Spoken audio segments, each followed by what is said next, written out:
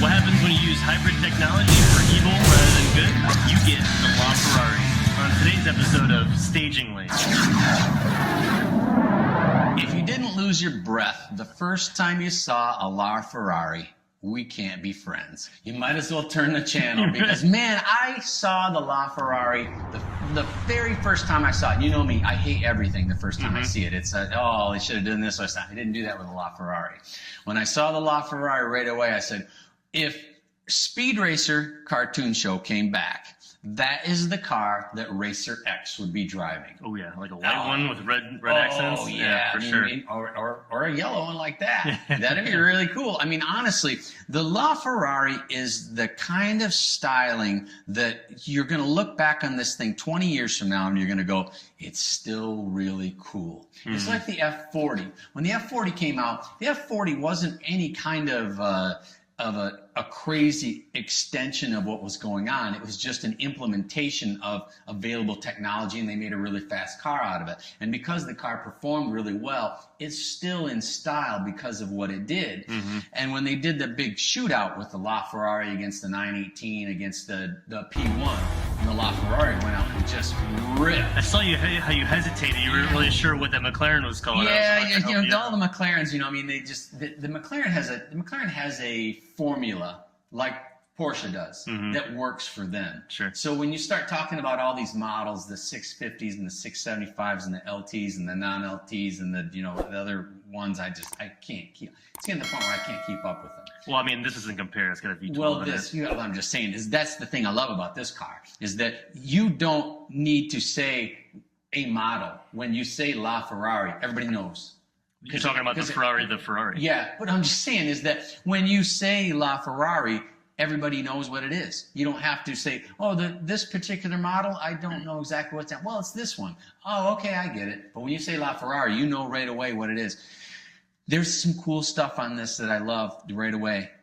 When they mounted this car, the seats are mounted right down on the tub. Yeah. So you fall into the car. I mean, you're down in this car like we talked about the Valkyrie before, where you just fall into this chassis and I don't want to use the term you feel super safe in it because you don't. You're honest to God, I got to ride in one if you're terrified the whole time because just the evilness of that car. Right. I mean, it can be docile and nice and enjoyable, but my ride was anything but that. The guy was an absolute maniac, and I honestly thought we were going to die any second because the car is violently fast. Yeah. And when you're in it, you realize that you're in something that is an absolute weapon. Oh, for and sure. That's exactly what this is because you know me, I love stuff that looks scary.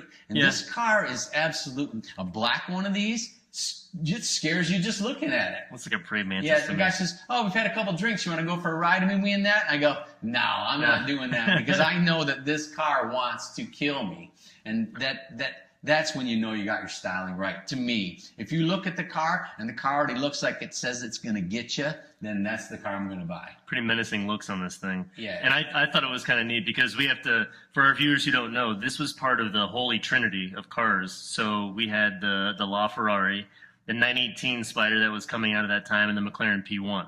And so this was part of that holy trinity, which they were trying to see, you know, which car manufacturer is going to be the best. Yeah. And I thought it was hilarious because I believe it was at the 2012 or 2013 Geneva Auto Show. You know, McLaren brought their P1 there, 918 was there, and Ferrari had this cover up on their stage, and they took it off, and it was just the carbon fiber monocoque in it.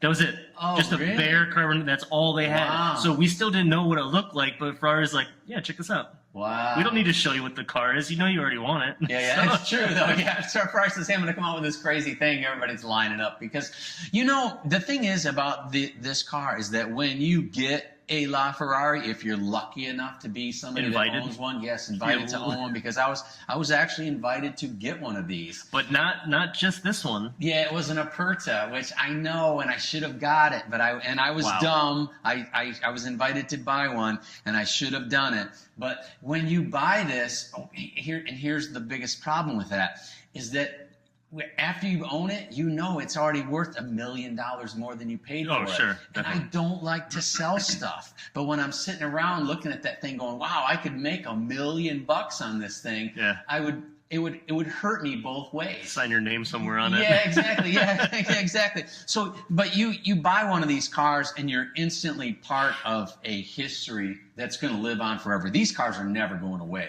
Yeah, I mean, they only made, what, 500? Yeah, that's the wink. You know, you got to say, 500 of them or something, 499 or where the count is. But the thing about this car is, like I said, it's going to be around forever. You know, I don't think that there's any way, like the McLaren F1s, you can't total them. You know, I mean, if you wreck the car, it's all savable, because it's worth so much money. Yeah, absolutely. As a matter of fact, I will drink. Cue the whiskey, girl.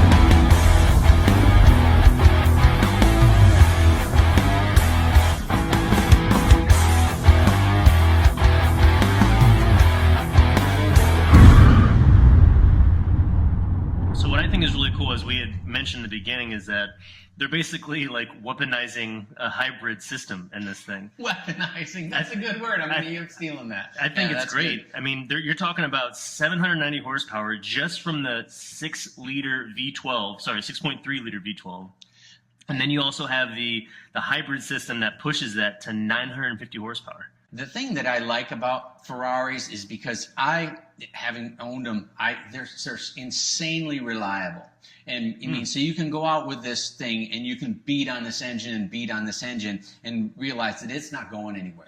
I don't know. They had that guy out in Cali. Did you see that video? No. He was tearing around his neighborhood in this yellow LaFerrari. Yeah. Got it back to his driveway in the back of it smoking. Yeah. Well, I don't want to know why. The biggest problem with that is that if you do really dumb stuff with anything, you can burn it to the ground. Because I've seen those guys with those Lamborghinis doing that rev thing. Where you're just sitting there just getting the exhaust hotter and hotter and hotter, and you're not traveling down the road to get some air through it. And that's the same situation with that guy. He's doing really dumb stuff at low speeds, and you end up just burning the thing up, because these things are designed to get air flowing over them. They're not designed to do burnout contests with them. And that's the crazy thing too, the airflow to them. You know, that's the biggest challenge with a lot of these mid-engine cars, is that getting the air to the motor itself.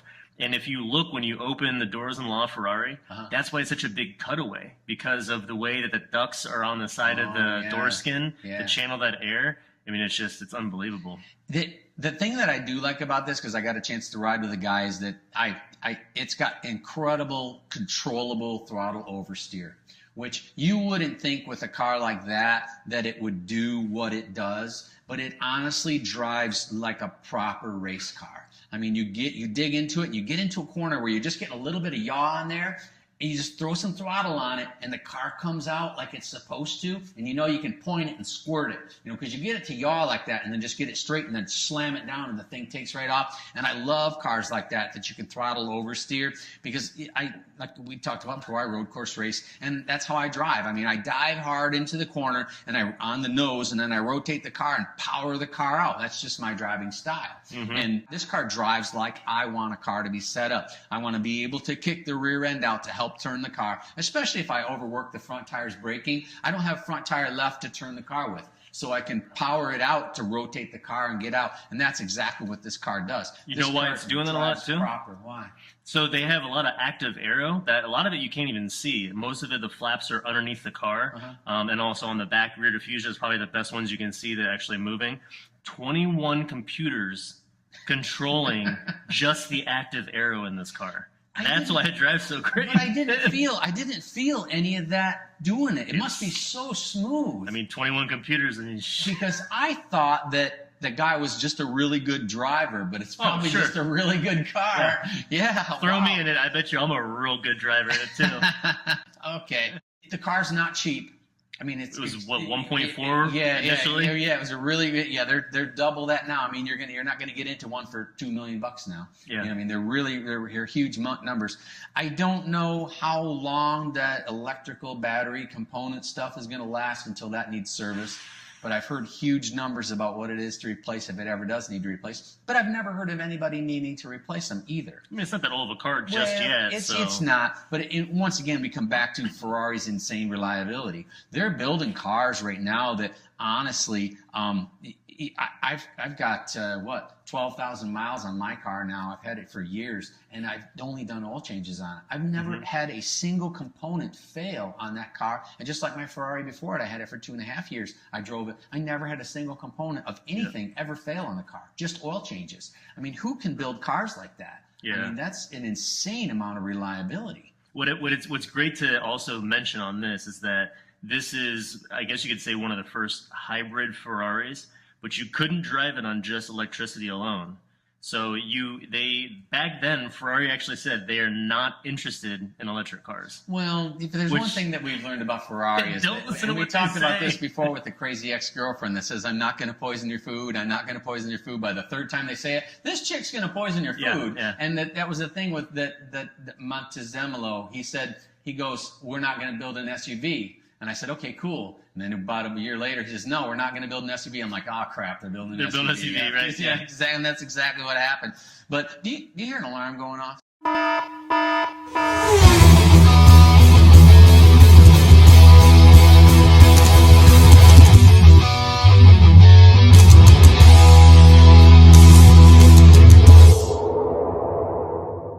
Now that's the Mach 5. Now anybody that grew up in my era, they know exactly what that is. If you didn't grow up in my era and you don't know exactly what that is, then you really need to check out Speed Racer TV show, because it's a fantastic show. And I grew up watching that show, and I loved everything about it. I mean, it was a Saturday morning cartoon thing. This is before DVRs. You know, I mean, we still had the rabbit ears in my day. We really did. Those cars on the Speed Racer show for the era, I mean, that was the 60s era, and those cars were absolutely cutting edge in styling, because I grew up watching that, and I said, wow, the shapes of those cars, they're so futuristic and crazy. And that's the thing is, and those designs didn't age really well.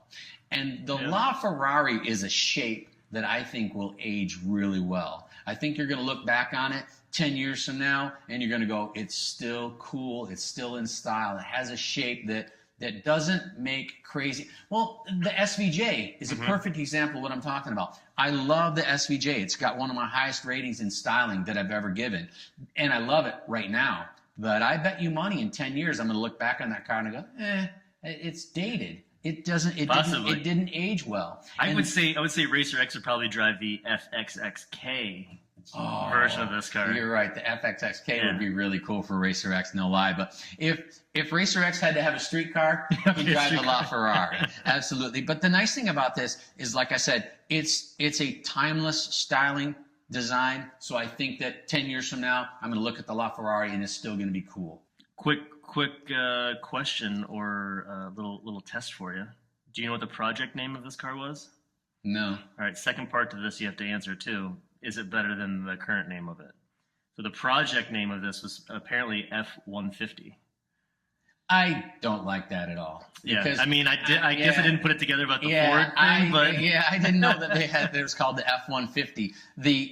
Obviously we're in America, so when we say F-150, we mean the truck, right? I think that they tried to call a Formula One car an F-150, and Ford got involved and said, "Hey, you can't do that because of our truck." I could be wrong on that, but I think that situation happened. But they have a really good history together too. They did the F-40, then they did the F-50. Yeah. Why didn't they call this just a continuation of that whole concept? Why did they go all the way to 150? The Enzo, what was the Enzo? I guess we'd have to figure out what the Enzo. I think the Enzo was called an F-60. Was it? I could be wrong. I've been wrong before, and I'm married, so I'm reminded of that constantly. We'll have to get back to you on this one. Absolutely. But no, I think that would have been an absolute failure calling it an F-150 or even categorizing it that. So I think they did a good job just staying with LaFerrari. And I know people pick on the fact it's the Ferrari. Who cares? It's a cool name. I don't care. I think it's an absolutely cool name, and people shouldn't say it the way that they're saying it. People are pronouncing it wrong. The car's pronounced right. Yep. I think we should get into our scoring and see what really happened.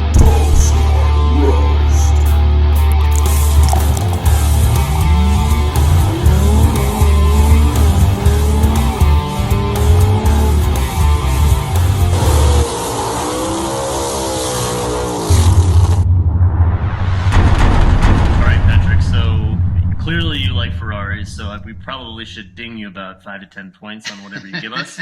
And taking into account the big beautiful mirrors that are on this thing that make it look awesome. They are, yeah. So go ahead. Let's hear what you have for styling. The thing that on the LaFerrari is that they didn't style this car to make some crazy statement. They obviously styled this car to make it go crazy fast. It's a super fast car. It's in the styling, like I said earlier, is timeless.